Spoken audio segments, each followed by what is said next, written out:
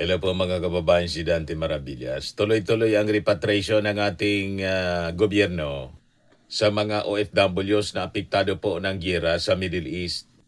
Right now, may additional 317 na mga OFWs ang kalalanding pa lang po sa NAIA. Ayan mga kababayan, ang efforts ng ating gobyerno.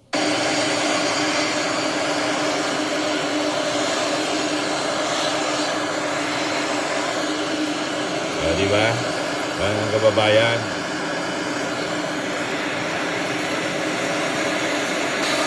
Tuloy-tuloy lang. Kalalanding lang mga kababayan.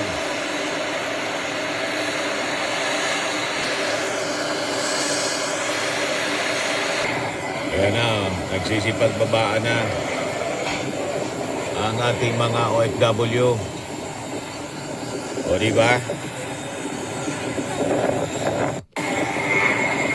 Yan po, sinalubong ng mga opisyal ng OWA at DMW.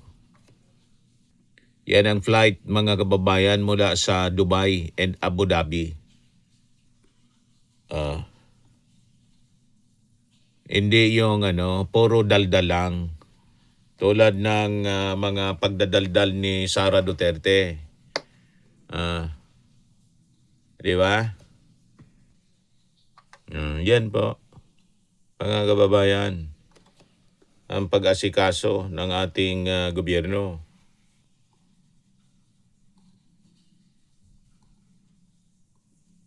Yan po. Si Sara, puro lang laway, puro satsat. Wala ni isa na OFW ang natulungan. Kahit man lang sabi natin mga kababayan, yung mga DDS na OFW, walang natulungan. Puro lang siya kwento. Sabi dyan sa balita, more OFWs return to the Philippines. Look, the government's third chartered flight carrying 317 Filipinos from the Middle East landed at Villamor Air Base pala. Villamor pala yun, hindi NAIA. Correction. Villamor Air Base in Pasay City on Thursday. Since March 14, around 1,100 Filipinos from various countries in the Middle East have been repatriated via chartered flights due to the ongoing conflict in the region. Kala ko na sa Villamor Air Base pala yun. Tayo, pag nagkakamali ng mga detalye, kinokoreksyon na natin kaagad. Kala ko, NAIA Terminal. Villamor Air Base pala siya. Yan, Villamor Air Base. So, makikita natin kung gaano ang pagsisikap ng ating Pangulo na matulungan ang ating mga OFWs. At dito naman po sa ating bansa, yung epekto po ng giyera, yung pagtaas ng presyo ng mga petroleum products. Di ba? Pero panoorin muna natin yung naging statement po ni Secretary Kakdak. Ito siya, mga kababayan. Ay manggagaling sa UAE at lubos na pasasalamat natin sa UAE authorities sa pag-facilitate ng mga kinakailangan para makalipad itong flight na ito. 319 Filipinos ang dala. At higit 319 pala, hindi 17. Mali yung kanina. Yung mga 200 sa kanila ay mga OFWs at the rest are mga stranded Filipinos. So we work closely with Ambassador Ver and Conjen Ambo and CISO and of course our labor attaches. Lulan din ang flight na ito si DMW Undersecretary Nikki Tutay at DMW Assistant Secretary Venecio Legaspi na siya naman din nagpasinaya from the DMW OWA side ng pagsasagawa. Kasi may land travel din, may land transport din from Dubai to the point of departure. Ito ay So pangatlo to mga kababayan at chartered flights na pinag-utos Sabi ni Kakdak ng ating Pangulong Bongbong Marcos. Kaya huwag tayong nakikinig po sa mga paninira ng kampo ng mga Duterte. Pinalalabas, walang ginagawa. Dami pong ginagawa yung ating Pangulo. Tapos sinabi naman ni Sara, bakit daw hindi yung mga OFWs, kinuna ng reaksyon. Kasi may mga puna, yung mga DDS, lagi lang nagpupuna sila. Bakit daw hindi mismo yung ating Pangulo yung sumasalubong? May alter ego siya, mga kababayan, na talagang nakatuka na tumutok dito sa mga OFWs. Other self ng ating Pangulo. At ito yung mga opisyal niya, si Kakdak at iba pang mga opisyal ng OWA at DMW.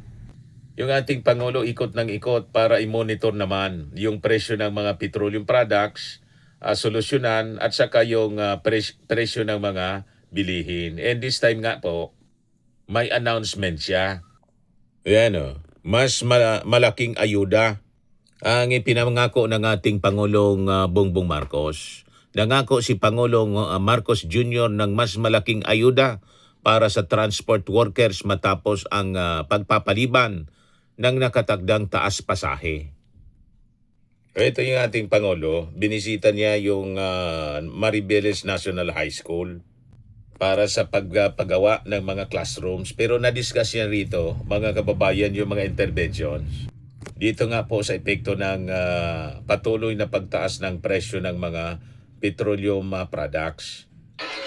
Ito po. Province and the cities na the LGUs na nagtutulungan para makapagpatayo. Maganda naman ang naging design at yung pinuntahan namin yung kung saan ginagawa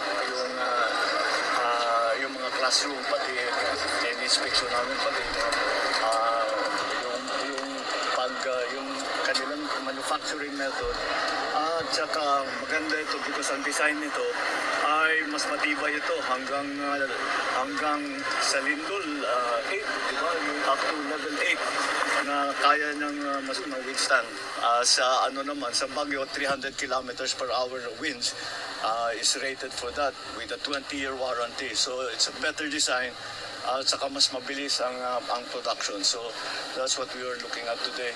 And then of course, we just made sure that may yakap na ginagawa, which we also have to expand, which will be expanded because hindi lamang sa DepEd, kung hindi sa lahat ng PhilHealth. Kung maalala ninyo yung 60 billion na lipat sa budget ay ibinalik namin ang 60 billion. So now the PhilHealth has an additional 60 billion. So makapag-expand tayo ng mga program. We had to accelerate all of this because of the oil crisis that is happening. Itong problema is because of the war in the Middle East.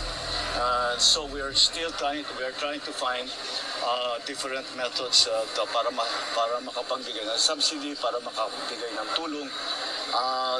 The problem is, so we are trying to find different methods para makapagbigay ng subsidy, para makapagbigay ng tulong.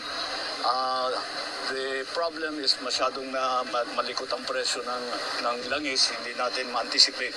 So we are still adjusting right now, but I think so far kahit papano we will be able to soften the blow. Ika nga, we want to keep as much as possible.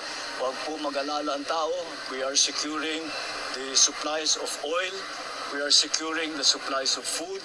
And so far, sapat naman ang ating mga supply, ang ating mga naka-stock na sa langis at saka sa pagkain. Kaya ang binabantayan na lang natin ngayon ang presyuhan. Dahil sa pagkain, mas marami tayong magagawa pwede natin, naghahanap kami ng paraan pa para ibaba ang presyo ng pagkain. Yung langis, wala tayong magagawa dyan. Pero at least yung supply ay tinitiyak namin magkakaroon. So kahit na may stock tayo, patuloy ang maghanap ng Pilipinas dahil kumukuha talaga tayo sa Middle East. So naghahanap tayo ng alternative sources ng langis. And so but sa halimbawa sa fertilizer, yun na petroleum product na yun, hindi problema yun dahil yung pinagkukuhanan natin na kapag nangako naman sa atin na itutuloy nila yung kanilang mga kontrata. So we are adjusting well, and we want to, ang talagang habol namin dito is to keep yung hanap buhay ng tao, na meron sila pa rin hanap buhay. And the only way to do that is kung hindi natin, halimbawa yung mga transport workers, kahit na hindi itataas ang fare sa ngayon, deferred lang muna yung fare hike, dadagdagan naman natin ang tulong sa kanila para hindi naman sila malugi. Lalong-lalo na parating ang Holy Week, marami nang alam naman natin, napakaraming pabiyahe para hindi mabawasan ang biyahe. So lahat ng ating mga pamilya ay makakapag-celebrate ng Holy Week ng kasama ang kanilang mahal sa buhay. Okay? Well, yes, there's a directive for all government institutions to reduce 10% of their energy expenditure. But many have already taken the initiative. Kung titignan ninyo, solar was already becoming very, very popular. Dahil nga, it's free energy. Ang one time lang very popular. Dahil nga, it's free energy. Ang one time lang ang bayaran. You buy the actual solar panels, you install it. Minsanan lang yun. So that has already been, but now we will accelerate that so that the load on our power plants is going to be lessened. The other thing is the power plants, yung kanilang raw material, especially the coal, we were trying to move away from coal, but because of this crisis, we'll open up again the importation, the buying of coal. Para hindi makulangan ang ating power plant, para sapat ang ating magiging power supply for especially in all parts of the Philippines. And so far we are all right. Okay naman ang natin. Ang supply natin as for raw material for power plants, we have a sufficient supply. So we are just watching, but we are tuloy-tuloy yan, hindi namin tinitigilan araw-araw. We are talking to mga kaibigan natin mga bansa na meron silang supply na pwede natin kunin, kaya natin bilhin. We have already secured yung mga stockpile ng Pilipinas na nasa ibang bansa ay pinermiso na namin na iuwi na para magamit natin para pahabain yung ating stockpile. Imbis na sabihin natin 30 days, pahabain natin ng 2-3 buwan. And that's what we are working on so that halos sana matapos na yung gera at habang may gera pa rin, normal pa rin ang magiging buhay ng ating lalo na yung mga manggagawa. Alright? So yun mga kababayan, yung mga ginagawa ng ating gobyerno. Ngayon, yung conflict sa mas lalong nag-iinit sa Middle East. Umiinit na rin yung ulo ng Saudi Arabia. Pakinggan po natin yung warning ng Foreign Minister ng Saudi Arabia. Iran's message today was quite clear, as you mentioned. The targeting of Riyadh, while a number of diplomats are meeting, I cannot see as coincidental. And I think that's the clearest signal of how Iran feels about diplomacy. It doesn't believe in talking to its neighbors. It tries to pressure its neighbors. And what I can say categorically, that's not going to work. The kingdom is not going to succumb to pressure. And on the contrary, this pressure will backfire. Will backfire politically, will backfire, I believe, morally, and certainly, as we have stated quite clearly, we have reserved the right to take military actions if deemed necessary. And if the time comes, the leadership of the kingdom will take the necessary decision.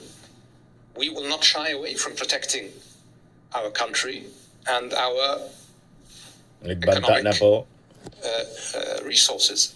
Possible military action. The main point here is that the Iranians continue to target economic resources and continue to